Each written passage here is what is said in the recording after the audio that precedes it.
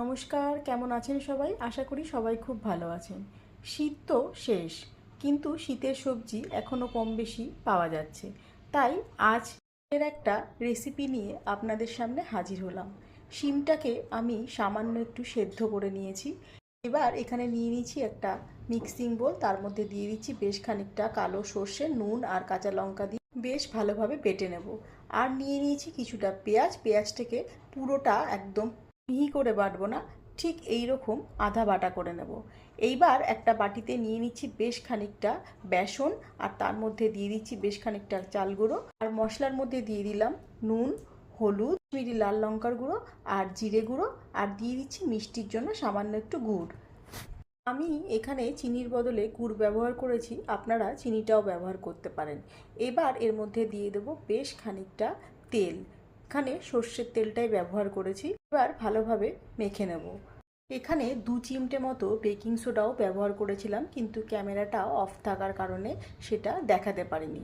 ভালোভাবে মশলাগুলো সব মাখা হয়ে গেছে আর ময়ানটাও খুব ভালো হয়েছে। এবার এখানে দিয়ে দিচ্ছি জল। জল দিয়ে গুলিয়ে একটা মাঝারি থিকনেসের ব্যাটার তৈরি করে নেব।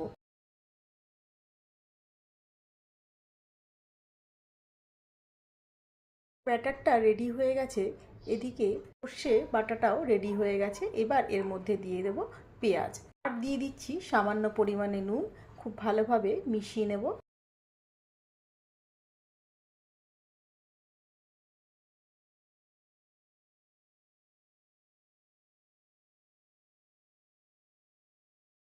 এতক্ষণে আশা করি আপনারা বুঝেই গেছেন আজকে রান্নাটা কি হতে চলেছে।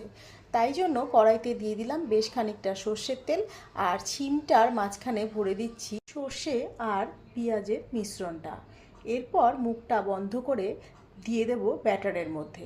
ব্যাটারের মধ্যে খুব ভালোভাবে কোট করে নিয়ে তারপর বড়ার আকারে শিমটাকে ভেজে নেব। শিমের এই বড়াটা যদি না খেয়ে থাকেন, বাড়িতে একবার ট্রাই করে দেখতে পারেন। গরম ভাতের সাথে শিমের এই বড়াটা দারুণ লাগে খেতে। আর কিছুর প্রয়োজন নেই, শুধু বড়া দিয়েই ভাত মেখে খেয়ে নিতে পারবেন। বাড়িতে একবার ট্রাই করে দেখতে পারেন। যদি ভালো লেগে থাকে তাহলে একবার জানাতে ভুলবেন না। আর ভালো লেগে থাকলে লাইক, কমেন্ট, শেয়ার করে পাশে থাকার অনুরোধ রইল। আজ তবে এই পর্যন্তই। সবাই খুব ভালো থাকবেন আর সুস্থ থাকবেন।